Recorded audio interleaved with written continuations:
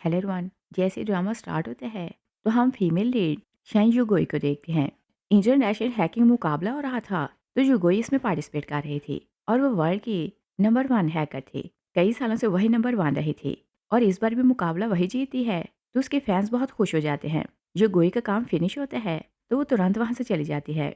Announcement होती है कि इस बार का कॉम्पिटिशन फिर से युगोई जीती है। रिपोर्टर उसका इंटरव्यू लेना चाहते थे तो वो सीक्रेट रूम में जाते हैं, मगर युगोई वहां से जा चुकी थी। वहां सिर्फ एक टैडी था। युगोई बाहर जाती है तो उसकी कार सामने खड़ी थी। वो जाकर बैठ जाती है और दूसरे दरवाजे से जब वो बाहर निकलती है तो उसकी अपीयरेंस चेंज हो चुकी थी और अब उसे कोई भी पहचान नहीं सकता था। तभी उसकी मॉम उसे कॉल करती है तो खुश होकर बोलती है कि मैंने टीवी में देखा कि इस बार का भी मुकाबला तुम जीती हो। मॉम उसे बोलती है कि तुम चाइना वापस आओ, तुम्हें अपने नाना की कंपनी पाने के लिए फे फैमिली के यंग मास्टर नैनचिंग से शादी करनी है और जब तुम शादी करोगी तो ही कंपनी तुम्हारे नाम ट्रांसफर होगी। फे फैमिली वर्ल्ड की रिचेस्ट फैमिलीज में से एक थी और ये गोई ये बात तो जानती थी कि उसकी सगाई बचपन से ही उसके नाना ने फिक्स कर दी थी, मगर वो नैचिंग से शादी नहीं करना चाहती थी। वो मॉम को बोलती है कि मैं चाइना वापस आ रही हूँ। तभी वो मुड़कर देखती है तो वहाँ नैनचिंग कुछ गुंडों से फाइट कर रहा था और यही स्टोरी का हीरो है। जो गोई नहीं जानती थी कि ये उसका सो कॉल्ड फियांसी है और ना ही नैनचिंग उसे जानता था। नैनचिंग उन गुंडों से लड़ता है तो सबको गिरा देता है। तब ये गुंडा नैन्सी को हिट करने लगते हैं।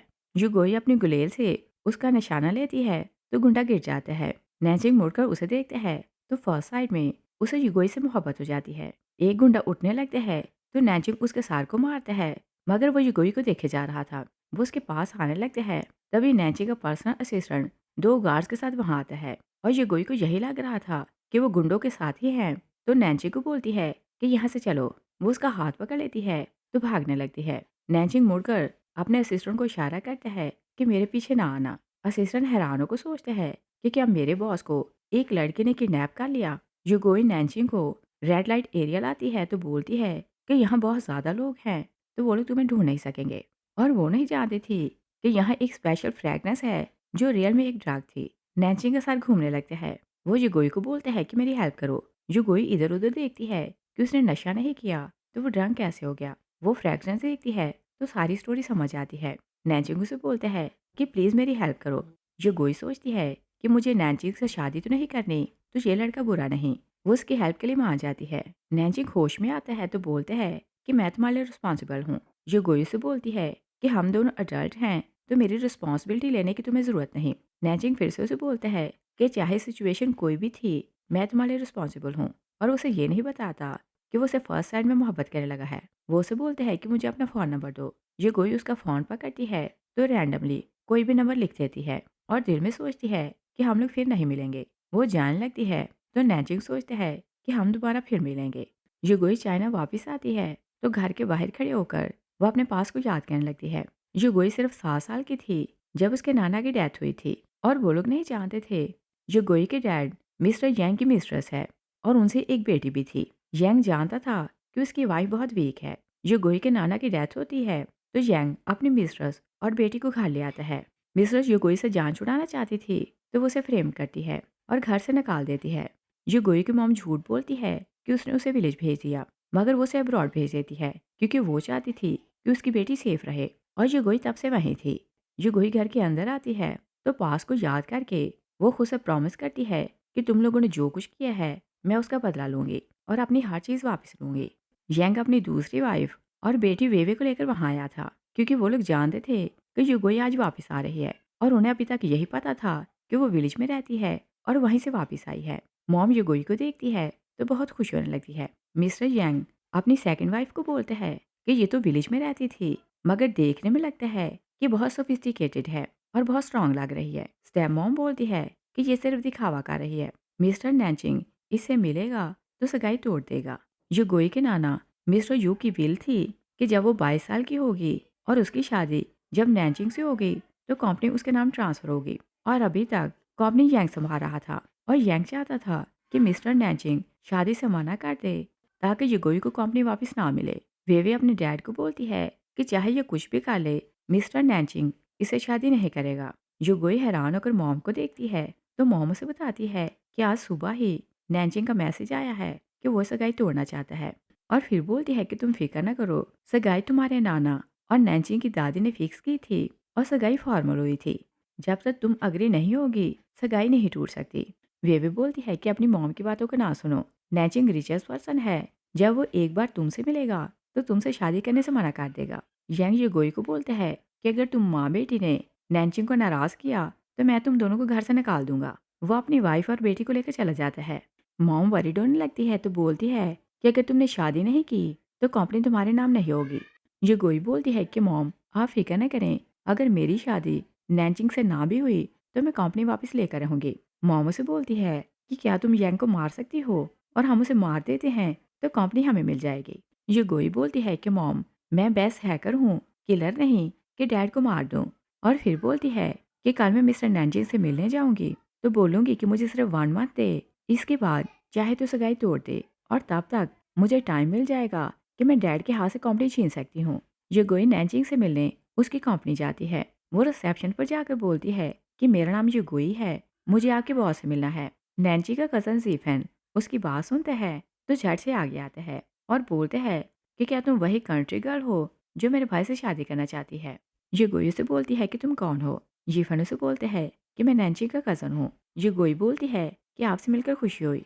ज़ीफ़न बहुत रूड हो जाते हैं तो बोलते हैं कि तुम एक विलेज गर्ल हो, मेरा भाई कभी तुम जैसे शादी नहीं करेगा। और फिर बोलते हैं कि वो सीक्रेटली एक लड़की से मोहब्बत करते हैं। वो सुंदर और सुशील है, और बोलते हैं कि वो वर्ल्ड के नंबर 1 हैकर है। उसका नाम टर्टल है, और वो नहीं जानता था कि युगोई ही हैकर टर्टल है। युगोई उसकी बात सुनती है तो एंजॉय करने लगती है और बोलती है कि क्या तुम्हारा कज़न रियल में टर्टल को पसंद करता है। जीफन उसका मजाक उड़ाता है कि तुम कंट्री गर्ल हो, तुमने तो टर्टल का नाम भी नहीं सुना होगा।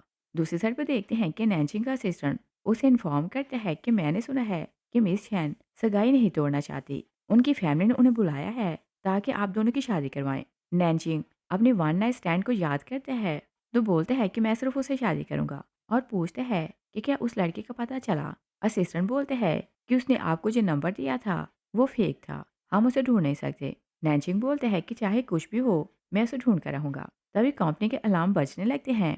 कोई इनका फायरवॉल हैक कर देता है। नैनचिंग का कंप्यूटर पर मैसेज आता है कि नीचे आकर मुझसे मिलो, वरना तुम्हें बहुत लॉस होगा। नैनचिंग भागता नीचे जाता है। फायरवॉल युगोई ने हैक किया था तो वो बहुत खुश होने लगती है कि अब वो नैनचिंग से मिल सकती है। यीफेन उसे बोलता है कि मैंने बोल तो दिया है कि मेरा कज़न तुमसे नहीं मिलेगा, और वो नीचे आने वाला है, तो तुम यहाँ से भाग जाओ, तुम उसे नहीं देख सकती। युगोई जाने से मना करती है। यीफेन गार्ड को बुलाता है तो बोलता है कि इसे बाहर फेंक दो। गार्ड युगोई को उठा लेता है तो बाहर ले जाता है। युगोई चिल्लाती रहती है कि मुझे नैनचिंग से मिलना है। नैनचिंग आता है तो जीफन उसे बोलते हैं कि प्रॉब्लम फिक्स हो गया है और हमें कोई लॉस नहीं हुआ। असिस्टेंट बोलते हैं कि शायद कोई प्रैंक था। नैनचिंग सोचते हैं कि मुझे डाउट हो रहा था कि मैंने उस लड़की की आवाज़ सुनी, और फिर वो सोचते हैं कि शायद ये मेरा वहम है। दूसरी साइड पर देखते हैं कि गार्ड युगोई को बाहर फेंकते हैं। युगोई फिर से अंदर जाने लगती है, मगर गार्ड को देखती है तो समझ आती है कि वो उसका मुकाबला नहीं कर सकती। वो रुक जाती है। जीफेन आता है तो गार्ड को बोलते हैं कि अगर ये लड़की फिर कंपनी के आसपास नजर आए तो इसे दूर फेंक देना। युगोई सोचती है कि क्या तुम्हें लगता है कि तुम्हारा कज़न दिन रात कंपनी में रहेगा? उसे घर तो जाना ही है, मैं वहाँ उसे मिलूंगी। वो नैनचिंग से मिलने उसके घर जाती है। वो सोसाइटी के गार्ड से पूछती है कि नैनचिंग का घर कहाँ है। गार्ड उसे बताता है कि उनका मैंशन वहाँ है। युगोई उसके मैंशन की तरफ जाने लगती है। तभी नैनचिंग अपनी कार से आ रहा था, वो उसे देख लेता है।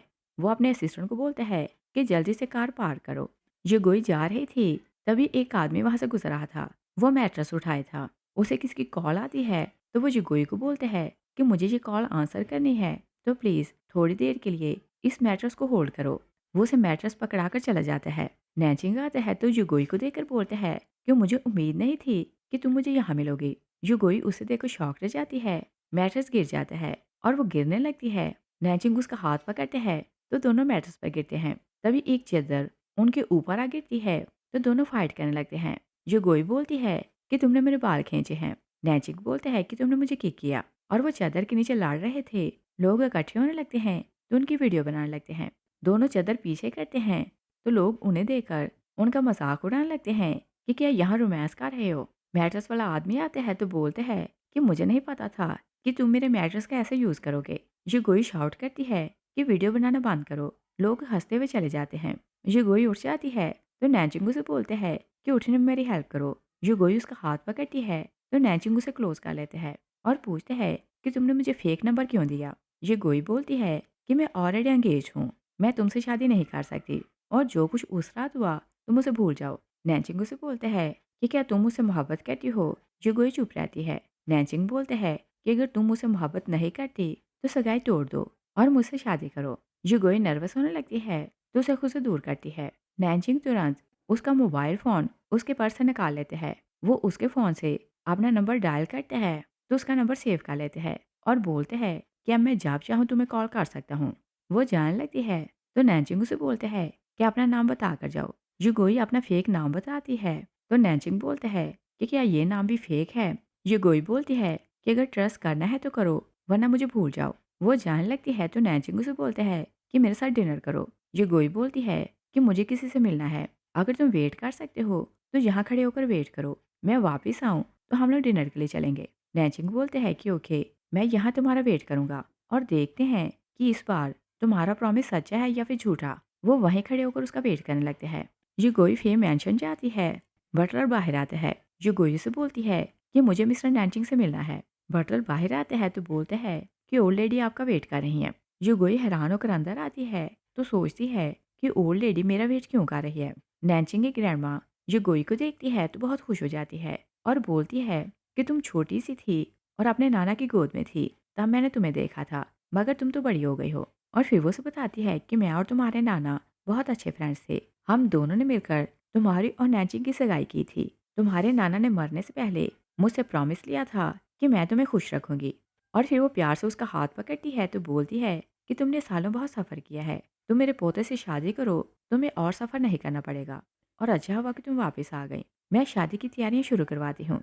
और फिर ग्रैंडमा को याद आता है तो बोलती है कि तुम दोनों तो अभी मिले नहीं, पहले मैं तुम दोनों की मुलाकात करवाती हूँ। युगोई सोचती है कि ग्रैंडमा नहीं जानती कि इनका पोता सगाई तोड़ना चाहता है। ग्रैंडमा बोलती है कि कल शाम 6 बजे मैं होटल में अरेंजमेंट करूंगी, तुम हमारे साथ डिनर करना। वो होटल का नाम और नंबर बताती है। युगोई प्रॉमिस कर लेती है कि वो आएगी और वो चाहती थी कि वो नैनचिंग से मिले तो फेस टू फेस बात करे। दूसरी साइड पर देखते हैं कि नैनचिंग बहुत टाइम वेट करते हैं। वो युगोई को कॉल करते हैं तो बोलते हैं कि तुम्हें मुझसे मिलना था तो क्या भूल चुकी हो।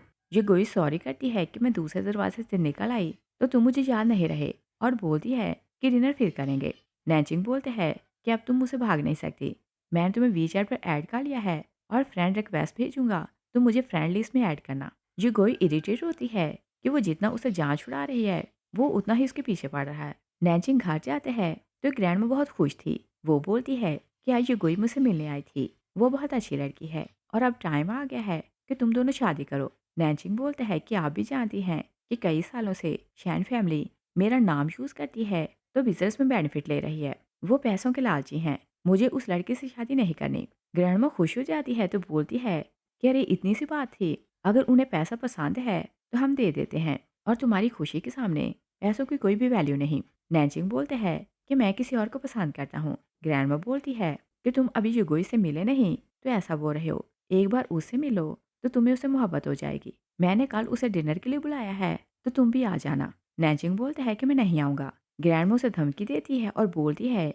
कि मेरे हार्ट में पेन हो रहा है और सर में बहुत दर्द है, अगर तुम कल आने के लिए प्रॉमिस नहीं करोगे तो मैं दवा नहीं खाऊंगी। नैनचिंग बोलते हैं कि ओके, मैं आ जाऊंगा, मगर आप दवा खाएं। मगर दिल में सोचते हैं कि मैं युगोई से मिलूंगा तो सब कुछ एक्सप्लेन करूंगा कि मैं उसे लाइक नहीं करता, वो खुद सगाई तोड़ देगी। युगोई घर जाती है तो उसकी स्टेप सिस्टर वेवे युगोई की मॉम को बोलती है कि अपनी ये रिंग मुझे दें। मॉम मना करती है और बोलती है कि ये रिंग खानदानी रिंग है और ये युगोई के जहेज के लिए है। वेवे जिद करने लगती है कि उसे यही रिंग चाहिए। मॉम गुस्से में आती है तो वो अपने हस्बैंड को बोलती है कि तुम तो जानते हो कि तुम सारी ज्वेलरी पहले ले चुके हो और मेरे पास सिर्फ ये रिंग बची है, ये मुझे युगोई को देनी है। यांग बोलता है कि इतना गुस्सा करने की क्या जरूरत है, युगोई कौन सी शादी करने वाली है कि तुम उसे दहेज दोगी। वेवे जबरदस्ती रिंग छीनने लगती है, जोर से स्लैप करती है और बोलती है कि रिंग मेरी है तो तुम इसे नहीं ले सकती। स्टेप मॉम बोलती है कि हमने सुना है कि तुम नैनचिंग से मिलने गई मगर उसने तुमसे मिलने से मना कर दिया और क्या सगाई टूट गई है। युगोई बोलती है कि मैं नैनचिंग से नहीं, उसकी ग्रैंडमा से मिली हूँ और ग्रैंडमा ने बोला है कि वो सगाई नहीं तोड़ेंगी और बताती है कि कल हम डिनर पर मिलने वाले हैं। डैड बोलते हैं कि मैं जानता हूँ कि तुम झूठ बोल सकती हो, अगर ये बात सच है कि कल तुम मिस्टर नैनचिंग से मिलने वाली हो, तो हम लोग भी वहाँ जाएँगे और मैं अपने कानों से सुनूँगा कि नैनचिंग क्या बोलता है। युगोई ओके बोलती है। वो उन्हें होटल का नाम और नंबर बता देती है और बोलती है कि वहाँ आ जाना। वो लोग चले जाते हैं, तो मॉम बोलती है कि अगर उन्होंने सगाई तोड़ दी, तो कंपनी कैसे मिलेगी? और फिर उसके माइंड में एक आइडिया आता है, तो वो युगोई को बोलती है कि मैं तुम्हारे डैड को माउंटेन्स पर लेकर जाऊँगी, तो उसे हिट करके गिरा दूँगी और बोल देंगे कि ये एक्सीडेंट था। युगोई अपनी मॉम को बोलती है कि कुछ भी ऐसा करने की ज़रूरत नहीं, मैं सब कुछ हैंडल कर लूँगी। नेक्स्ट डे युगोई जब होटल जाती है, तो ग्रैंडमा आ चुकी थी। यंग अपनी सेकंड वाइफ और बेटी के साथ आता है। वो लोग युगोई का मजाक उड़ाने लगते हैं कि किसी ओल्ड लेडी को तुमने ग्रैंडमा फे बनाया है। डैड बोलते हैं कि मैं जानता हूँ कि तुम झूठी हो और ये बूढ़ी लेडी नाटक कर रही है कि नैन्सी की ग्रैंडमा है, और अगर ये मुझे बोल दे कि ये सगाई नहीं तोड़ने वाली, तो क्या तुम्हें लगता है कि मैं इसकी बात मान लूँगा? ग्रैंडमा फे बोलती है कि मैं रियल में नैन्सी की ग्रैंडमा हूँ। पूरी फैमिली मिलकर ग्रैंडमा का मजाक उड़ाने लगती है। ग्रैंडमा बोलती है कि मैं अपने पोते को कॉल करती हूँ और वही बताएगा कि सच क्या है और झूठ क्या। जैसे वो फ़ोन निकालती है, तो वे उनके हाथ से फ़ोन छीन लेती है। ग्रैंडमा के पर्स में हार्ट की मेडिसिन थी, तो मेडिसिन भी गिर जाती है। नैन्सी अपनी ग्रैंडमा को कॉल करते हैं, मगर कॉल कोई भी आंसर नहीं करता। वो अपनी सिस्टर को बोलते हैं कि जल्दी से रूम में चलो। ग्रैंडमा के हार्ट में पेन होने लगती है। युगोई मेडिसिन उठाने लगती है, तो वे भी बॉटल पकड़ लेती है। युगोई बहुत फाइट करती है, मगर तीनों मिलकर उसे मेडिसिन नहीं देते। वो लोग युगोई को हिट करते हैं। ग्रैंडमा नीचे गिर जाती है, तो युगोई बहुत टेंशन में आने लगती है। वो बहुत गुस्से में आती है, तो वेवे के हाथ से बॉटल छीन लेती है। वो ग्रैंडमा को मेडिसिन खिलाती है, तो ग्रैंडमा जाग जाती है। युगोई उन्हें साइड पर बिठाती है, तो रिलैक्स करती है। ग्रैंडमा बोलती है कि अब मैं अच्छा फील कर रही हूँ। युगोई वेवे को बहुत स्लैप्स लगाती है। स्टेप मॉम बोलती है कि तुमने हिम्मत कैसे की कि मेरी बेटी को स्लैप करो। युगोई उन्हें भी स्लैप करती है। वो डैड की तरफ जाने लगती है, तो डैड दूर हो जाता है। युगोई ग्रैंडमा को बोलती है कि हम हॉस्पिटल चलते हैं। वो उन्हें लेकर चली जाती है। तभी नैनचिंग आता है, मगर वो अपनी ग्रैंडमा को देख नहीं पाता। नैनचिंग कमरे में आता है, तो शैन फैमिली उसे देखकर शॉक रह जाती है और उन्हें समझ जाती है कि वो ओल्ड लेडी इसकी ग्रैंडमा है। नैनचिंग बोलते हैं कि मेरी ग्रैंडमा कहाँ है? असिस्टेंट उनका गिरा फ़ोन उठाता है, तो नैनचिंग शैन फैमिली से पूछता है कि क्या तुम लोगों ने मेरी ग्रैंडमा के साथ कुछ किया है? तीनों ना बोलते हैं। नैनचिंग को हॉस्पिटल से कॉल आती है कि आपकी ग्रैंडमा को अटैक आया था, तो जुगोयू ने यहाँ लाई है। नैन्सी को सारी स्टोरी समझ आ जाती है, तो अपने गार्ड्स को बोलते हैं कि शैन फैमिली को लेसन सिखाओ। वो असिस्टेंट को लेकर चला जाता है। गार्ड शैन फैमिली को बुरी तरह टॉर्चर करते हैं। नैनचिंग हॉस्पिटल आता है, तो ग्रैंडमो से बताती है कि युगोई ने मेरी बहुत हेल्प की। अगर वो ना होती, तो शायद आज मैं मर जाती। नैनचिंग बोलते हैं कि अगर उसे आपकी इतनी परवाह है, तो अब वो कहाँ है? ग्रैंडमो बोलती है कि वो डॉक्टर को बुलाने गई है और बटलर मेरे पास है। नैनचिंग बोलते हैं कि मैं डॉक्टर से मिलकर आता हूँ। दूसरी साइड पर देखते हैं कि ये गोई डॉक्टर के कमरे में जाती है। वो इंजर्ड थी, तो बैंडेज करवाने गई थी। डॉक्टर वहाँ नहीं था। वो खुद ही मेडिसिन लेती है, तो कर्टन के पीछे जाकर वो खुद को मेडिसिन लगाने लगती है और सोचती है कि अच्छा हुआ कि ग्रैंडमा को पता नहीं चला कि मैं इंजर्ड हूँ, वरना वो बहुत परेशान होती। नैचिंग डॉक्टर से मिलने आते हैं, मगर डॉक्टर वहाँ नहीं था। वो कर्टन हिलता देखते हैं, तो पीछे जाकर चेक करता है। वहाँ ये गोई थी। ये गोई उसे देख के बोलती है कि तुम यहाँ क्यों आए हो? नैचिंग उसकी इंजरी देखते हैं, तो उसे खुद मेडिसिन लगाने लगते हैं और पूछते हैं कि तुम इंजर्ड कैसे हुई? ये कोई कुछ नहीं बोलती। नैचिंग यही समझता है कि उसके फियांसे ने उसे हार्ट किया है, तो बोलता है कि वो इतना क्रूअल है, तो सगाई तोड़ क्यों नहीं देती? ये गोई से पूछती है कि क्या तुम मुझसे मोहब्बत करने लगे हो? नैचिंग बोलता है कि हाँ, और तुम्हें भी मेरी रिस्पॉन्सिबिलिटी लेनी चाहिए। ये गोई बोलती है कि क्या उस रात के कारण? नैचिंग हाँ बोलता है। ये गोई मजाक उड़ाती है, तो बोलती है कि बहुत से हैं जो मेरी रिस्पॉन्सिबिलिटी लेना चाहते हैं। नैनचिंग उसे बोलते हैं कि हाँ, मुझे क्लियर हो गया था कि मेरे अलावा कोई तुम्हारी लाइफ में नहीं था। जो गोई गुस्से में मुड़ने लगती है, तो एक्सीडेंटली दोनों की किस हो जाती है। जो गोई शॉक रह जाती है। नैनचिंग उसे सीड्यूस करने लगता है। तभी डॉक्टर आते हैं। वो कर्टन हिलते देखते हैं, तो जाकर पीछे देखते हैं। वो उन दोनों को देखकर बोलते हैं कि मैंने कुछ नहीं देखा। और फिर वो बोलते हैं कि ये तो वही कपल है जिनकी वीडियो वायरल हो रही है, जो बाहर एक मैट्रेस पर सो रहे थे। और बोलते हैं कि यंग जनरेशन आजकल पता नहीं क्या करती है। वो वहाँ से चला जाता है। नैनचिंग डॉक्टर की बात सुन लेते हैं, तो बोलते हैं कि तुमने सुना तो है कि हम पहले ही वायरल हो चुके हैं। हमारा कपल बहुत फेमस हो चुका है, और क्या तुम्हें नहीं लगता कि हम दोनों को साथ होना चाहिए? तुम सगाई तोड़ दो। अगर तुम खुद नहीं तोड़ सकते, तो मुझे बताओ, मैं तुम्हारे फियांसे को खुद बोल दूंगा। ये गोई से बोलती है कि तुम मेरे फियांसे को ऑफेंड करना अफोर्ड नहीं कर सकते। वो वहाँ से चली जाती है। नैनजिंग सोचता है कि भला कौन सा ऐसा बंदा है जिसे मैं डील नहीं कर सकता। युगोई घर जाती है तो शैन फैमिली बहुत परेशान बैठी थी। युगोई उनका मजाक उड़ाती है तो बोलती है कि मैंने पहले ही बोला था कि वो ग्रैंडमा फे हैं, तो उन्हें ऑफेंड ना करो। वो उनकी हालत देखकर खुश हो रही थी। वे उसे बोलती है कि इतना खुश होने की जरूरत नहीं, तुम फे फैमिली की बहू नहीं बनी। नैनजिंग कभी तुमसे शादी नहीं करेगा। युगोई बोलती है कि मैं किसी से भी शादी करूं, तुम्हें फिक्र करने की जरूरत नहीं। तुम इस बात की फिक्र करो कि तुम लोगों ने नैन्सी को नाराज किया है, तो अब क्या करना है। डैड बोलते हैं कि मैं तुम्हारा फादर हूँ, तो तुम मेरी हेल्प करो। युगोई बोलती है कि ओके, मैं आपकी हेल्प कर देती हूँ, मगर एक कंडीशन है। वो वेवे को बोलती है कि तुम 3 बार अपोलोजिस करो, मैं वीडियो बनाकर ग्रैमा को सेंड करूंगी, शायद वो तुम्हें माफ कर दें। वेवे मजबूर थी तो 3 बार अपोलोजाइज करती है। युगोई बोलती है कि अरे मैं तो वीडियो बनाना भूल गई। वेवे गुस्से में आती है तो युगोई से बोलती है कि तुम ये ना भूलो कि तुम नाजायज़ बेटी हो और तुम मुझे किसी काम के लिए फोर्स नहीं कर सकती। और फिर अपने डैड को बोलती है कि अगर आप मुझे कंपनी में काम करने दें तो मैं ग्रैंडमा को बोलूँगी कि वो अपने पोते से सिफारिश करे कि वो आपको टाइम टाइम ना दे। डैड ओके बोलता है।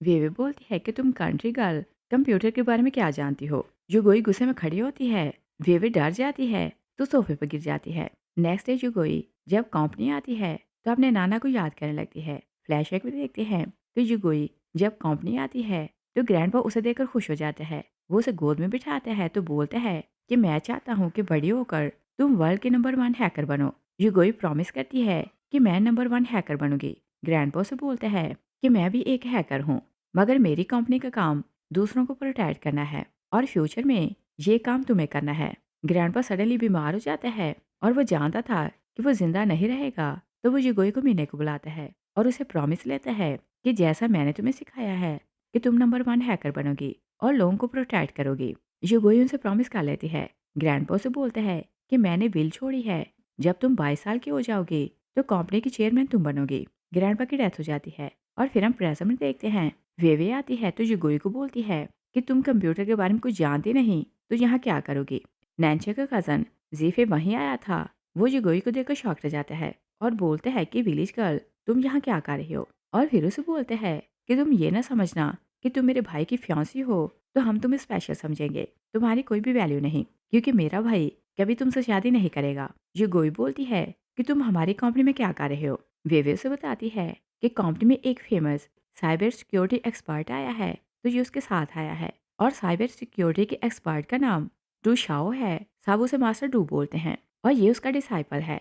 जीफन बहुत प्राउड होने लगते हैं तो बोलते हैं कि वो सामने मेरा मास्टर है और क्या उसे मिलना चाहती हो। युगोई डू शाओ का नाम सुनती है तो उसे उसके नाम से बुलाती है। डू शाओ ने मुंह पर बुक ली हुई थी। वो बुक हटाता है तो बोलता है कि किसने हिम्मत की कि मुझे मेरे नाम से बुलाए। वे बोलती है कि हर कोई इन्हें मास्टर डू बुलाता है, तुम इनसे अपॉलोजाइज करो वरना ये तुम्हें मार देंगे। अगर इसने एक वर्ड बोला तो तुम्हारा करियर खत्म हो जाएगा। डू शाओ युगोई को देखते हैं तो वो शौक रह जाता है। उसे विश्वास नहीं होता कि उसकी टीचर उसके सामने है।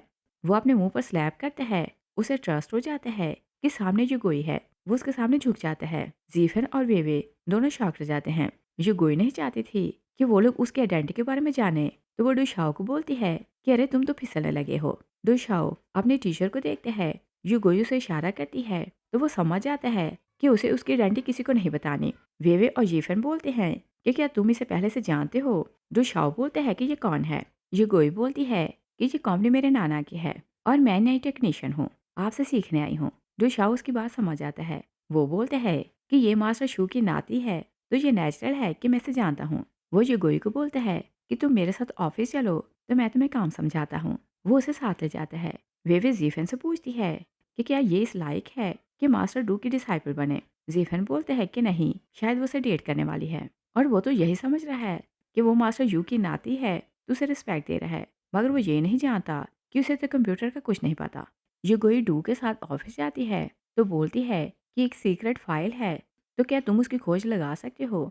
डू बोलता है कि मेरे पास सारी इन्फॉर्मेशन है, आप जो डॉक्यूमेंट चाहें चेक कर सकते हैं। और बोलते हैं कि एक फाइल है जिसे कोई और खोल नहीं सकता, वो सिर्फ चेयरमैन खोल सकता है और मुझे लगता है कि शायद सीक्रेट इन्फॉर्मेशन उसी में है। युगोई फाइल चेक करती है तो बोलती है कि जब तक मैं चेयरमैन ना बनूं इसे ओपन नहीं कर सकती। तभी जीफन आता है तो युगोई को बोलता है कि भाई को पता चला कि तुम यहाँ आ रहे हो, उन्होंने एग्रीमेंट भेजा है, तुम सगाई तोड़ने के लिए साइन करो। युगोई सोचती है कि डैड चाहता है कि मैं चेयरमैन ना बनूं। वो बोलती है कि मैं इस पर साइन नहीं करूंगी, मुझे नैनचिंग से मिलना है। जीफन बोलते हैं कि तुम मुझसे मिलकर क्या करोगी, अभी साइन करो। दुशाओ उसके सर पर बुक मारते हैं तो बोलते हैं कि जैसा बोल रही है तुम वैसा करो। जीफन बोलते हैं कि आप इसकी हेल्प क्यों कर रहे हैं। दुशाओ बोलते हैं कि क्या टीचर से क्वेश्चन करोगे।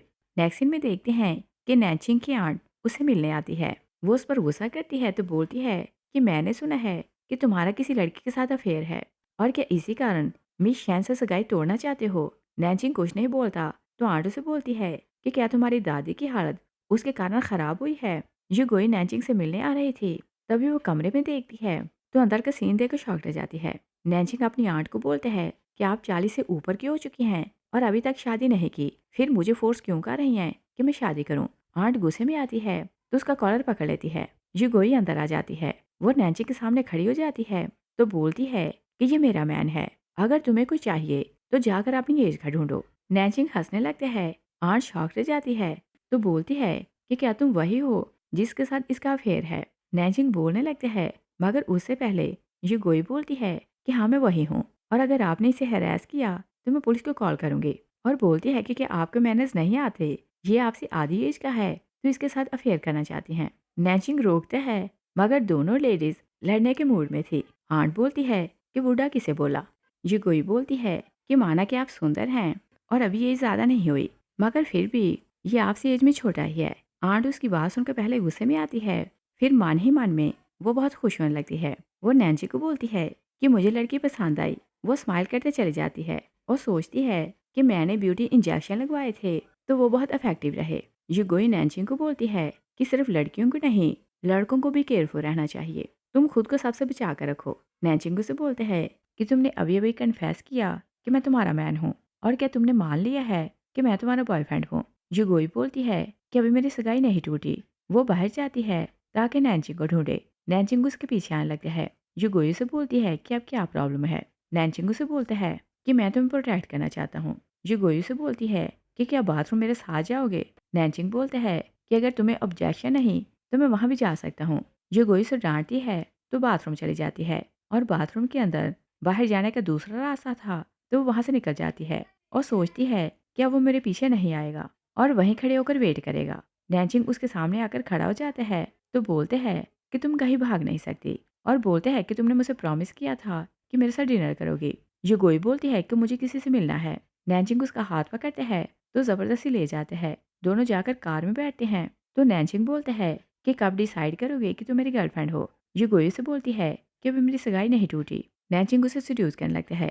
मिस्टर यांग अपनी बेटी के साथ बाहर आ रहा था। दोनों कार देखते हैं तो बहुत इंप्रेस होने लगते हैं। युगोई बाहर देखती है तो नैनचिंग को बोलती है कि मेरा फादर बाहर है और कुछ करो कि वो मुझे देख ना पाए। नैनचिंग से बोलते हैं कि फिक्र ना करो, वो हमें देख नहीं सकते।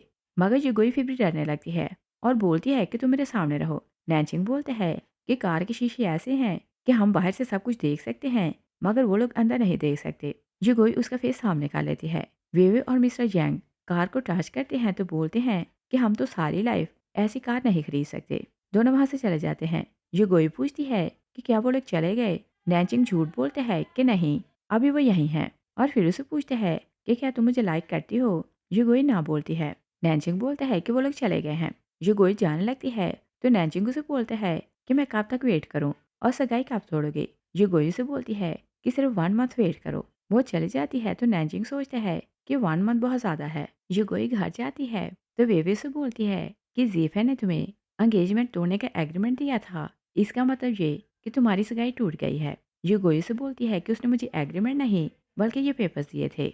युगोई बोलती है कि साइबर सिक्योरिटी डिपार्टमेंट के इंचार्ज तुम हो तो तुम्हें पता क्यों नहीं चला कि फायरवॉल हैक हो गई है। डैड वेवे को गुस्सा करते हैं तो बोलते हैं कि मैंने तुम पर ट्रस्ट किया मगर तुम कंपनी में क्या कर रही हो। दोनों वहां से चले जाते हैं। युगोई कंपनी आती है तो जीफन से बोलते हैं कि क्या साइन कर दिया है।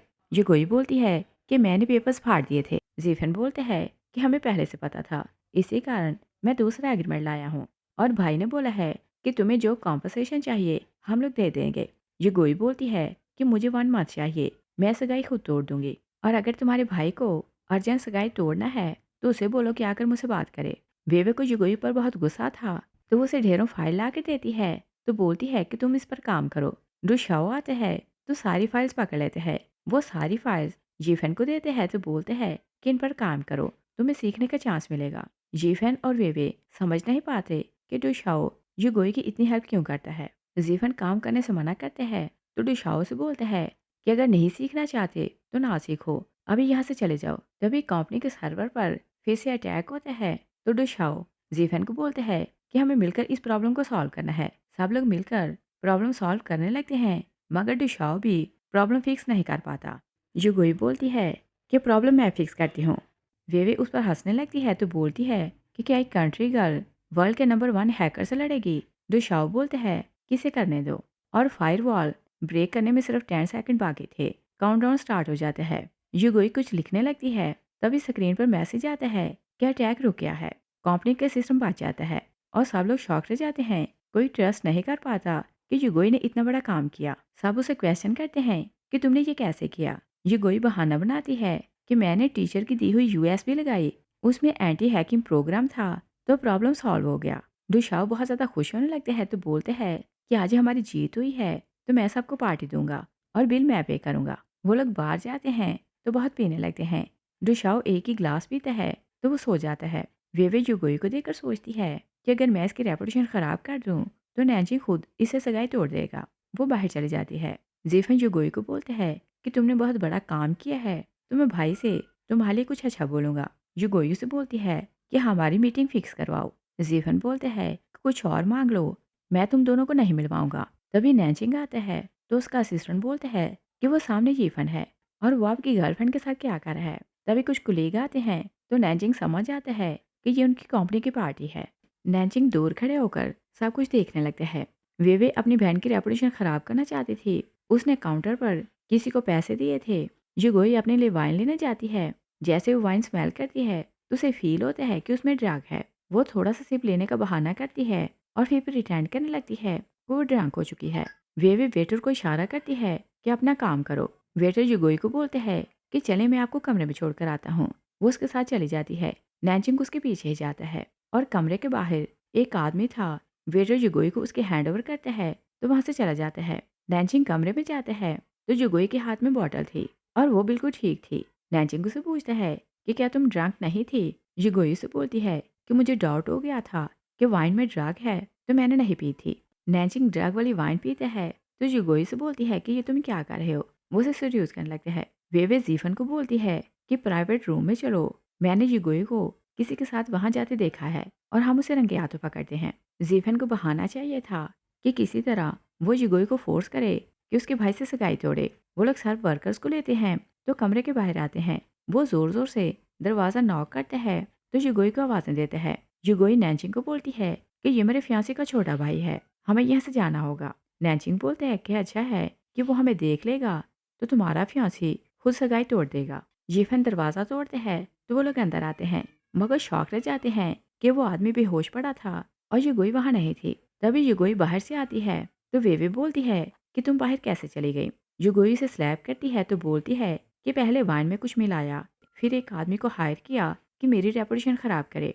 वेवे कुछ बोलने लगती है तो युगोई से स्लैप करती जाती है। जीफन बहुत डरने लगता है। युगोई उसकी तरफ मुड़ती है तो बोलती है कि क्या मुझे रंगे हाथों पकड़ना चाहते थे कि सगाई तोड़ो। जेफन बोलते हैं कि सारा प्लान इसका था, मैंने कुछ नहीं किया। वो वहां से भाग जाता है। युगोई बोलती है कि चाहे कुछ भी कर लो, मैं सगाई नहीं तोड़ूंगी। सब लोग वहां से चले जाते हैं। युगोई जाकर वॉशरूम देखती है जहाँ नैंजिंग छुपा हुआ था और वो बाथटब में छुपा हुआ था। तो युगोई यही समझती है कि वो जा चुका है। वो वहां से चली जाती है। नैंजिंग बाहर आता है तो बोलते हैं कि लेटर लायर, मुझसे झूठ बोलती हो कि तुम सगाई तोड़ दोगी और तुम्हें मुझसे कोई भी छीन नहीं सकता। युगोई घर आती है तो डैड से बोलते हैं कि नैंजिंग तुम्हारे साथ सगाई तोड़ना चाहता है, और फिर बोलते हैं कि अगर वो सगाई तोड़ दे तो मुझे कोई भी प्रॉब्लम नहीं। वो चुटकी बजाता है तो प्रेसिडेंट जी बाहर आता है। डैड उसे बताता है कि प्रेसिडेंट जी तुमसे शादी करना चाहता है और ये चीफ ग्रुप का प्रेसिडेंट है। जी युगोई को बोलते हैं कि मैं कई सालों से तुम्हें पसंद करता था, मगर तुम्हारा रिश्ता ऑलरेडी फिक्स था तो मैंने कभी बात नहीं की। अब तुम्हारी सगाई टूट चुकी है तो मैं रिश्ता लेकर आया हूँ। युगोई बोलती है कि मुझे पता है कि ये मुझसे नहीं, मेरे नाना की कंपनी से शादी करना चाहता है। डैड बोलते हैं कि अपना मुंह बंद रखो और इसने 1 बिलियन ब्राइडल प्राइज दी है। युगोई बोलती है कि अगर मैं शादी ना करूं तो आप क्या कर लेंगे? डैड इशारा करते हैं तो ची के 2 बॉडीगार्ड वहाँ आते हैं। ची बोलते हैं कि ये स्पेशल फोर्स से हैं। अगर तुम शादी के लिए ना मानो तो घर से बाहर नहीं जा सकती और जब तक हमारी शादी नहीं होती तुम यहाँ रहोगी। डैड प्रेज़िडेंट ची को छोड़ने बाहर जाते हैं तो युगोई सोचती है कि ग्रैंडपा ने जो सीक्रेट चीज़ छोड़ी है वो कौन-सी है और ये किस चीज़ के पीछे हैं। प्रेज़िडेंट ची 1 बिलियन ऐसे ही तो नहीं देगा। युगोई घर से भागने लगती है तो डैड उसे देख लेते हैं और गार्ड्स भी उसका रास्ता रोक लेते हैं। जी सामने ही कार लिए खड़ा था तो बोलते हैं कि चलो हम खाना खाने चलते हैं। युगोई दिल में सोचती है कि अभी इसके साथ जाना चाहिए और बाद में देखूंगी कि यहाँ से भागना कैसे है। दोनों एक होटल जाते हैं तो चियो से बताता है कि यहाँ का खाना बहुत फेमस है। नैनजिंग वहाँ से गुजर रहा था तो वो उन्हें देख लेते हैं। असिस्टेंट बोलते हैं कि वो तो आपकी गर्लफ्रेंड है और उसके साथ शायद उसका फियांसी है। चियो और युगोई एक कमरे में खाना खाने जाते हैं तो नैनजिंग उनके पीछे जाने लगते हैं। वो बहुत गुस्से में था मगर फिर वो सोचते हैं कि अगर मैं ऐसे अंदर गया तो मेरी गर्लफ्रेंड नाराज हो जाएगी। वो बाहर खड़ा होकर उन दोनों को देखने लगते हैं। तभी वेटर खाना लेकर आते हैं तो नैनजिंग उसे रोक देते हैं। वेटर उसे जानता था तो कुछ नहीं बोलता। नैनजिंग बहुत जेलस हो रहा था तो वो विनेगर खाने के ऊपर डाल देते हैं और बोलते हैं कि ये अंदर ले जाओ। वेटर खाना सर्व करके चला जाता है। युगोई जैसे ही खाना स्टार्ट करने लगती है तो सोचती है कि सिरके की बू बहुत तेज है। वो ची को बोलती है कि तुम बोल रहे थे कि यहाँ का खाना बहुत टेस्टी है, ये तुम खाओ। ची खाना टेस्ट करते हैं तो सोचते हैं कि ये तो बहुत खट्टा है मगर वो मजबूरी में खाने लगते हैं। वेटर फिर से अंदर जाने लगते हैं तो नैनजिंग से बोलते हैं कि मेरा एक और काम करो। ची और युगोई जैसे दोनों बाहर आते हैं वेटर ची को बोलते हैं कि मुझे माफ़ कर दें, मैं ये कार पार्क करने जा रहा था तो आपकी कार को हिट कर दिया। आप मेरी कंप्लेन ना करना वरना मेरी जॉब चली जाएगी। नैनजिंग ने एक्चुअली वेटर को पैसे दिए थे और बता दिया था कि उसे क्या करना है। ची वहाँ से जाने लगते हैं मगर वेटर उसे रोके रखता है। तभी नैनजिंग अपनी जीप लेकर वहाँ आता है तो युगोई भागकर उसके पास जाती है।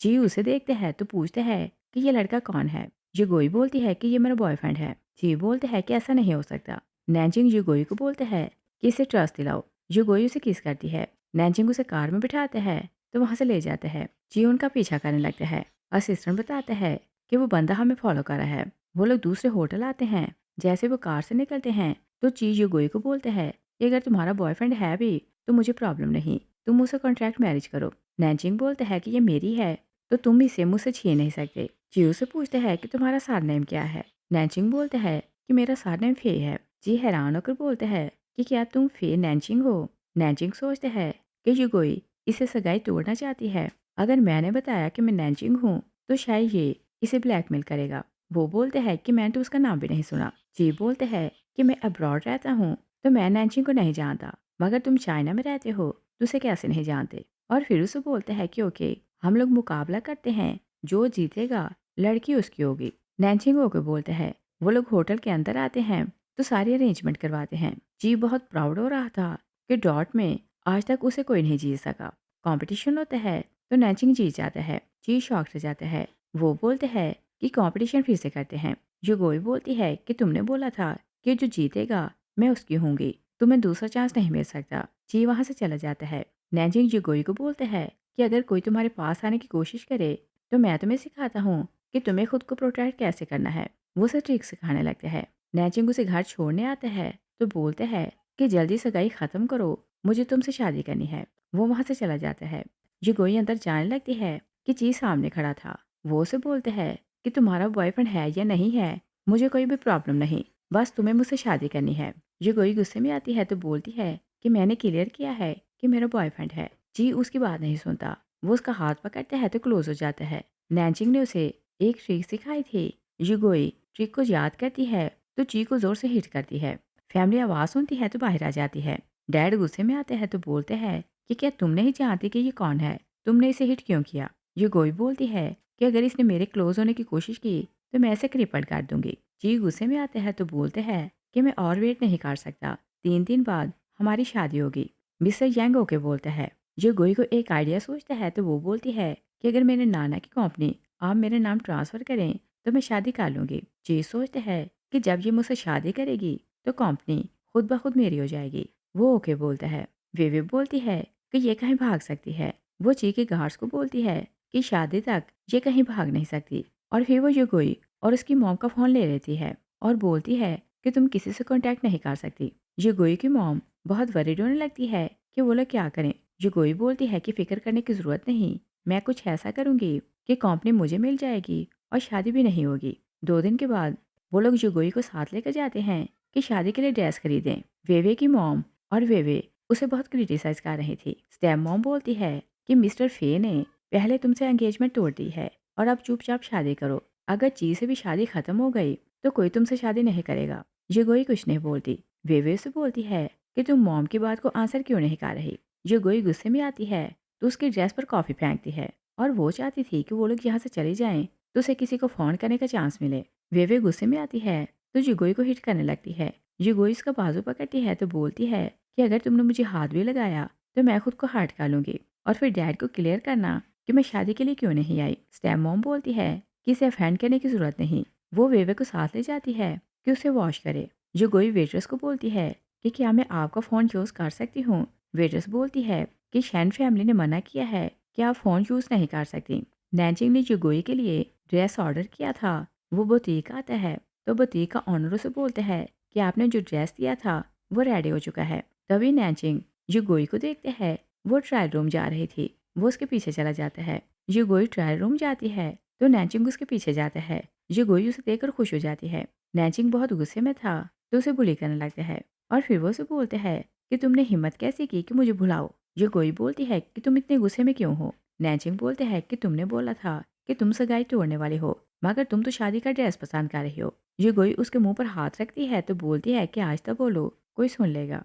और फिर वो उसे सारी बात बताती है कि उसे शादी के लिए फोर्स किया जा रहा है और इन लोगों ने मेरा और मॉम का फ़ोन छीन लिया है। मैं तुमसे कॉन्टैक्ट नहीं कर सकी। और फिर वो उसे बोलती है कि मुझे अपना फ़ोन दो। वो नैनजिंग का फ़ोन लेती है तो कुछ करने लगती है। नैनजिंग दिल में सोचते हैं कि मैंने इसे रॉन्ग समझा और इसके पास फ़ोन नहीं था तो मुझसे कॉन्टैक्ट कैसे करती। जुगोई उसका फ़ोन वापस करती है तो बोलती है कि अगर तुम में हिम्मत है तो अपनी दुल्हन को चुराने आ जाना। नैनजिंग उसे बोलते हैं कि तुम मेरे साथ अभी चलो। जुगोई बोलती है कि मुझे एक इम्पॉर्टेंट काम करना है, पहले काम कर लूँ तो फिर तुम्हारे साथ जाऊंगी। और पूछती है कि क्या मुझे लेने आओगे। नैनजिंग बोलते हैं कि तुम वो वाला ड्रेस नहीं पहनोगी। उसने जो ड्रेस जुगोई के लिए बनवाया था वो उसे लेकर आता है तो बोलते हैं कि तुम ये पहना और तुम मेरी दी हुई ड्रेस पहनोगी तो मैं तुम्हें लेने ज़रूर आऊँगा। तभी वे वॉशरूम से आती है तो बोलती है कि क्या वो भाग तो नहीं गई। वो पर्दा हटाती है तो शॉक रह जाती है क्योंकि युगोई ने जो ड्रेस पहनी थी वो बहुत सुंदर थी। वे बोलती है कि तुमने ये ड्रेस कहाँ से ली। जुगोई बोलती है कि मैंने यहाँ से पसंद की है। नेक्स्ट सीन में देखते हैं कि जुगोई की शादी होने वाली है तो बोलती है कि तुम ये चीज़ें लो तो उन्हें मार देना। तभी ची आता है तो मॉम चीज़ें छुपा लेती है। चू उसे फाइल देते हैं तो बोलते हैं कि जैसे ही हमारी शादी हो जाएगी तो मैं कंपनी तुम्हारे नाम ट्रांसफ़र कर दूंगा। जुगोई बोलती है कि क्या तुम्हें डर है कि मैं कहीं भाग जाऊंगी और इसी कारण तुम नहीं चाहते कि पहले मैं इस एग्रीमेंट पर साइन करूं।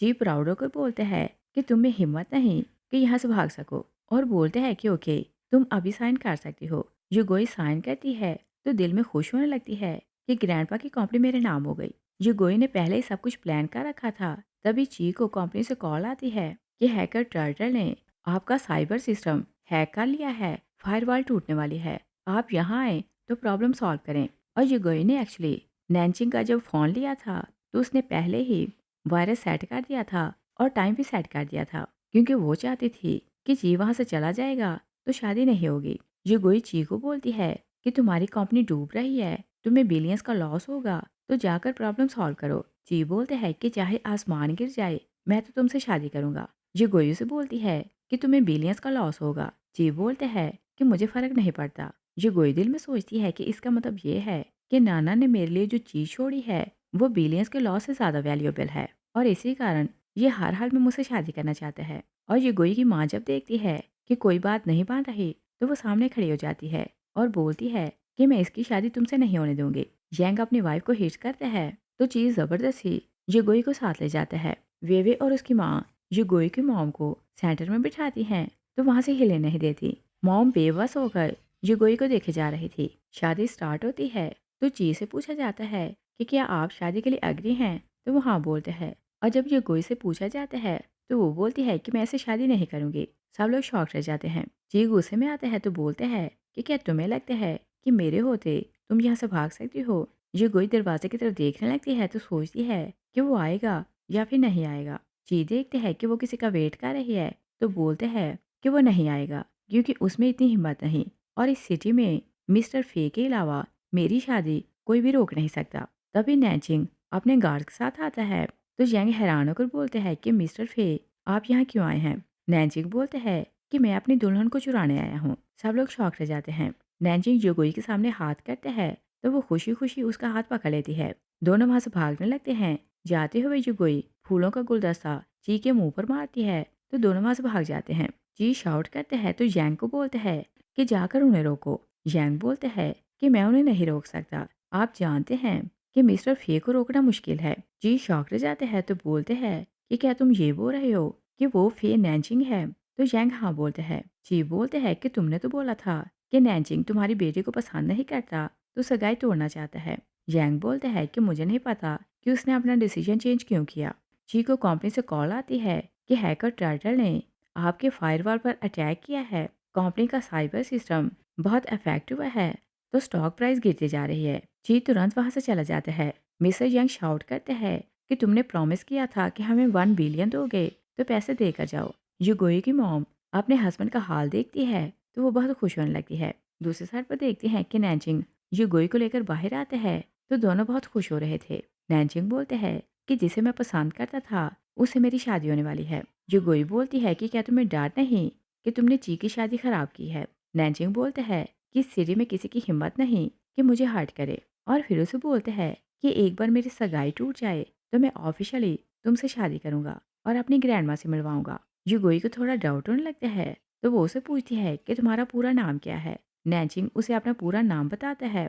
युगोई शॉक रह जाती है तो सोचती है कि ये तो मेरा फ्यांसी है। वो उससे दूर होने लगती है।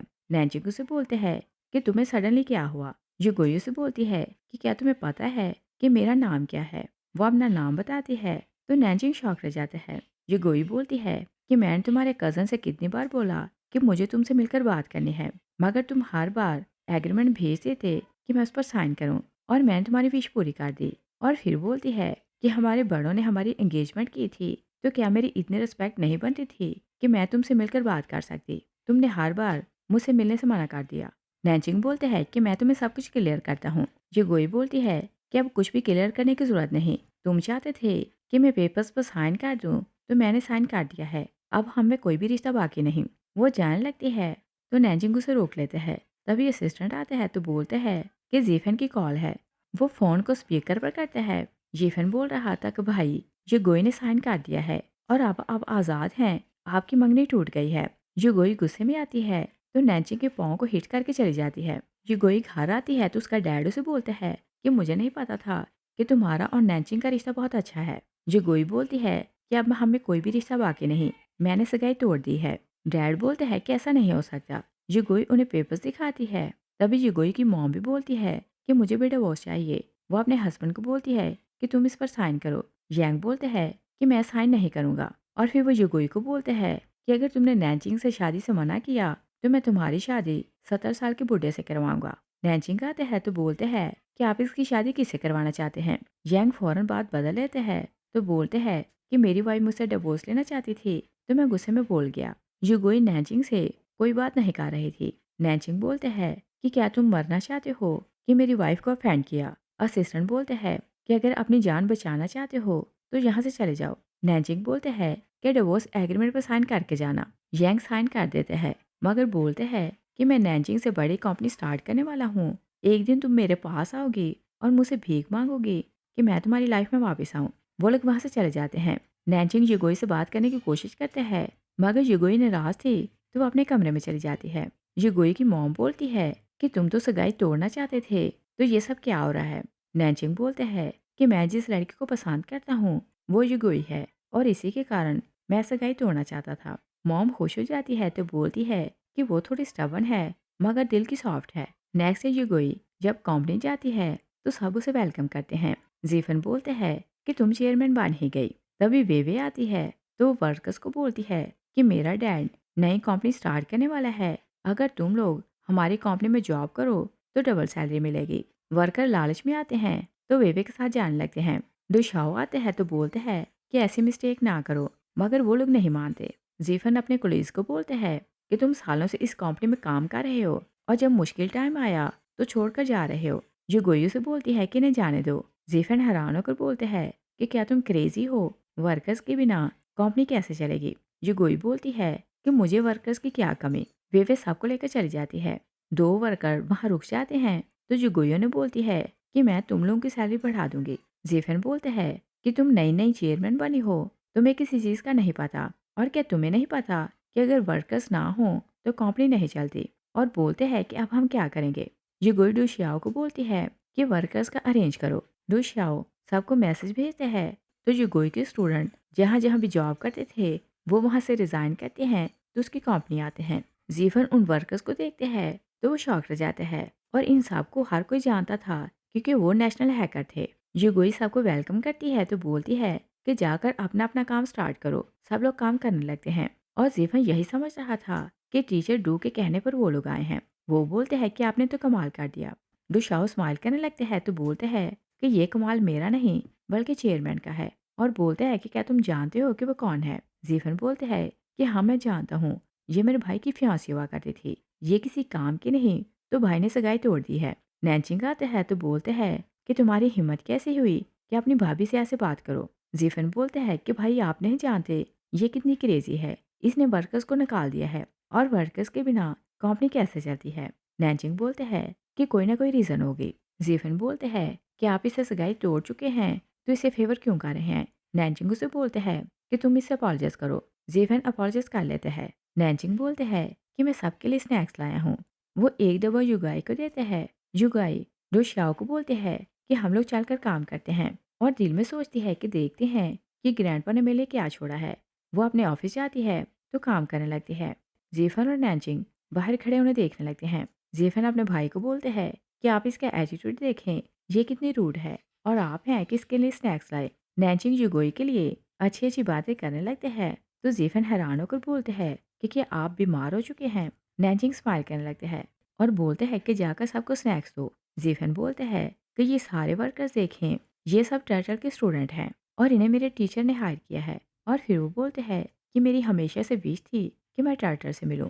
नैनचिंग से बोलते हैं कि तुम्हारी ये विश पूरी हो चुकी है। और युगाई क्योंकि चेयरमैन बन चुकी थी तो वो सीक्रेट फाइल खोल लेती है। उसके ग्रैंडपा ने उसके लिए एक सुपर इंटेलिजेंट एआई बनाया था। दुशाओ सिस्टम देखते हैं तो बहुत खुश होने लगते हैं और बोलते हैं कि आपके ग्रैंडपा बहुत जीनियस थे, उन्होंने आपके लिए बहुत अच्छी चीज़ बनाई। एआई युगाई को मॉम बुला रहा था और नैनचिंग को डैड बुला रहा था। युगाई बोलती है कि इसका मतलब ये कि ग्रैंडपा ने स्टार से अरेंज किया हुआ था कि वो मेरी शादी नैनचिंग से करेगा। और उसे ये बात भी समझ जाती है कि जी उसे शादी इस कारण करना चाहता था कि जैसे वो उसे शादी करेगा तो ये सिस्टम उसके पास चला जाएगा और वह सारी वर्ल्ड पर राज कर सकता है। और फिर हम देखते हैं कि ये बात न्यूज़ में आती है कि सुपर इंटेलिजेंट एआई की ऑनर टर्टल हैकर है। जैसे ये बात फैलती है तो युगाई के लिए बहुत से रिश्ते आने लगते हैं। कोई सिडोरी के लिए 1 बिलियन ऑफर कर रहा था और कोई 2 बिलियन। जीफन के अलावा कंपनी में हर कोई जान चुका था कि वही हैकर टर्टल है। जीफन आते हैं तो बोलते हैं कि क्या तुमने सुना है कि मेरे भाई ने अनाउंस किया है कि वो टर्टल से शादी के लिए 100 बिलियन की डॉलरी देने वाला है। तुमने तो सगाई तोड़ दी है तो तुम मुंह देखती रह जाओगी। लुशाओ बोलता है कि क्या तुम्हें पता है कि हैकर टर्टल कौन है। जुगोई बोलती है कि इसे जाने दो। वो जीफन को बोलती है कि टर्टल तुम्हारे भाई से शादी नहीं करने वाली। जीफन वहां से चले जाते हैं। लुशाओ बोलते हैं कि मैंने इतना नकम्मा स्टूडेंट कैसे बना लिया और कंपनी में इसके अलावा हर किसी को पता चल चुका है कि आप ही हैकर टर्टल हैं। जुगोई डुशियाओ को बोलती है कि मुझे अपने ग्रैंडमा का सपना पूरा करना है। वो बोलती है कि कल प्रेस कॉन्फ्रेंस होगी तो वहाँ मैं सुपर इंटेलिजेंट एआई को रिवील करूंगी। डुशियाओ बोलते हैं कि क्या नैनचिंग के साथ सगाई भी अनाउंस करेंगी। जुगोई बोलती है कि मुंह बंद रखो। नेक्स्ट सीन में देखते हैं कि नैनचिंग अपने असिस्टेंट से पूछता है कि ये गोई क्या कर रही है। वो बोलते हैं कि वो अपनी मॉम के साथ एक होटल में खाना खाने गई है। नैनचिंग बोलते हैं कि हम भी वहाँ चलते हैं। वो उस कमरे के बाहर खड़ा होकर जुगोई के बाहर आने का वेट कर रहा था और वो चाहता था कि वो पहले खाना खा ले। वो नैनचिंग को देखती है तो वहीं रुक जाती है। वे आती है तो वो नैनचिंग को देखकर सोचती है कि अगर ये मुझसे शादी कर ले तो मैं युगोई से ज़्यादा रिच हो जाऊंगी। वो नैनचिंग के ऊपर गिरने लगती है। नैनचिंग पीछे हो जाता है तो वे नीचे गिर जाती है। वे बोलती है कि सॉरी, मैंने तुम्हारे साथ अच्छा बर्ताव नहीं किया था और बोलती है कि चलकर वाइन पीते हैं। नैनचिंग युगोई का पाँव देख लेते हैं तो वो उसे जेलस करना चाहता था, क्योंकि वो जानता था कि इसी तरह वो उसे मना सकता है। वो वेवे को बोलते हैं कि ओके, हम लोग अंदर चलते हैं। असिस्टेंट बोलते हैं कि आपको क्या हुआ? नैनचिंग उसे इशारा करते हैं, तो वो भी जिगोई को देख लेते हैं। वो वहाँ से चला जाता है। नैनचिंग कमरे में जाता है, तो फेस टर्न किए खड़ा था और वो जिगोई को देख रहा था। वेवे वाइन में एक ड्रग मिलाती है, तो नैनचिंग को देती है। नैनचिंग वाइन पी लेते हैं। वो लोग दूसरी साइड पर चले जाते हैं, तो जिगोई उनके पीछे जाती है और वो देखकर शॉक रह जाती है। नैनचिंग बैठा हुआ था और वेवे नीचे गिरी हुई थी। नैनचिंग बोलते हैं कि क्या तुम मुझे बचाने आई हो? जिगोई बोलती है कि मैं तुम्हें बचाने क्यों आती? वो वहाँ से जाने लगती है, तो नैनचिंग उसे हाक लेते हैं और बोलते हैं कि सॉरी, मुझे ऐसा नहीं करना चाहिए था। मेरे कारण तुमने बहुत सफ़र किया। जिगोई से बोलती है कि मैं तुमसे नाराज़ नहीं हूँ। फेट हमें मिलवाना चाहती थी, तो इसी कारण हम लोग एक दूसरे के सामने आ जाते थे। नैनचिंग उसे बोलते हैं कि चाहो तो मुझ पर गुस्सा निकाल सकती हो, मगर मैं हमेशा के लिए तुम्हें प्रोटेक्ट करना युगोई से बोलती है कि क्या तुमने जानबूझकर ड्रग वाली वाइन पी थी? नैनचिंग हाँ बोलता है और फिर उसकी रिक्वेस्ट करता है कि मुझे छोड़कर ना जाना। युगोई से बोलती है कि कल प्रेस कॉन्फ्रेंस है, तो तुम केयरफुल रहना, मैं तुम्हारे पास रुक जाऊंगी। नैनचिंग खुश हो जाता है। असिस्टेंट युगोई की मॉम के पास जाता है, तो बोलता है कि उन दोनों को बात करनी है, तो मैं आपको घर छोड़ाता हूँ। मॉम खुश हो जाती है कि दोनों में सब कुछ सेटल हो गया। नेक्स्ट डे प्रेस कॉन्फ्रेंस थी। युगोई गेस्ट को वेलकम कर रही थी। युगोई का डैड अपनी सेकंड वाइफ और बेटी के साथ आता है, तो मॉम उसे क्रिटिसाइज करती है कि नैचिंग ने तुमसे सगाई तोड़ दी है, क्योंकि अब वो हैकर टर्टर से शादी करना चाहता है। डैड बोलते हैं कि अगर मुझसे रिक्वेस्ट करो तो मैं तुम्हारी शादी किसी बिलियनियर से करवाऊंगा। तभी नैचिंग आता है, तो बोलते हैं कि मैं लेट तो नहीं हुआ। युगोई उसे लेकर अंदर चली जाती है। स्टेप मॉम और डैड हैरान होने लगते हैं कि नैचिंग यहाँ क्यों आया है, और ये तो टर्टल हैकर से शादी करने वाला था। युगोई स्टेज पर जाती है, तो अनाउंस करती है कि आज से मेरी कंपनी एआई के मैदान में आ रही है। वेवे मजाक उड़ाने लगती है, तो बोलती है कि क्या तुम्हें लगता है कि तुम हैकर टर्टल बन चुकी हो और बड़ी बड़ी बातें क्यों कर रही हो? युगोई super intelligent AI system introduce करवाती है। जैसे ही उसका सिस्टम अपना काम स्टार्ट करते हैं, तो सब लोग शॉक रह जाते हैं और बोलते हैं कि ये तो एडवांस टेक्नोलॉजी है। युगोई बोलती है कि मैं आपको अपना इंट्रो करवाती हूँ। वो बताती है कि मैं ही हैकर टर्टल हूँ। सब लोग शॉक रह जाते हैं। जीफन अपने टीचर को बोलते हैं कि ऐसा पॉसिबल नहीं, और आप बोल रहे हैं कि ये झूठ बोल रही है। जीफन बोलते हैं कि यही टर्टल हैकर है, ये मेरी टीचर है। जीफन खुश होकर बोलते हैं कि मेरी आइडियल मेरी भाभी बनने वाली है। नैजिंग सामने जाते हैं, तो युगोई के ऊपर पोज करते हैं।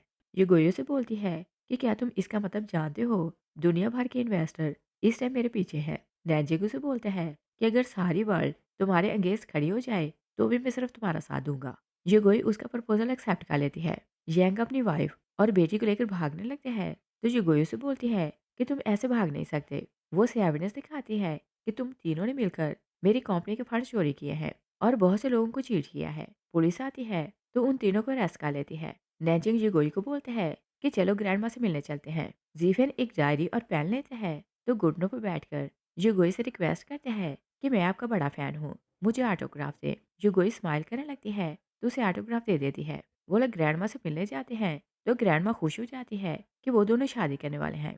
ग्रैंडमा युगोई को बोलती है कि मैं और तुम्हारे नाना अब्रॉड स्टडी करते थे। वहाँ लोग हमें क्रिटिसाइज करते कि हम चाइनीज लोग किसी काम के नहीं और हम उनसे पीछे हैं। मुझे बहुत गुस्सा आता था, और फिर एक दिन तुम्हारे नाना और मैंने मिलकर डिसाइड किया कि हम ऐसा सिस्टम इंट्रोड्यूस करवाएंगे कि लोगों को पता चले कि हम चाइनीज बहुत इंटेलिजेंट हैं, और ये एआई वाला सिस्टम हमारा ही आइडिया था। नैजिंग अपनी ग्रैंडमा को बोलता है कि हम लोग कल ही शादी करना चाहते हैं। ग्रैंडमा खुश हो जाती है। लास्ट सीन में देखते हैं कि युगुई शादी के लिए रेडी होकर बैठी थी। उसकी मॉम आती है, तो उसे देखकर खुश होने लगती है, और वो इस बात को लेकर भी खुश हो रही थी कि उनकी लाइफ से दुख देने वाले निकल गए। नैजिंग आते हैं, तो मॉम बाहर चली जाती है। युगुई बोलती है कि क्या तुम्हें डर नहीं लग रहा कि मैं फेमस हैकर हूँ और तुम मुझसे शादी करने वाले हो? नैजिंग उसे बोलता है कि तुम हैकर हो तो अपना काम करो, और मेरा काम सिर्फ तुम्हें प्रोटेक्ट करना है। इस सीन के साथ ही मूवी फिनिश हो जाती है। Thanks for watching.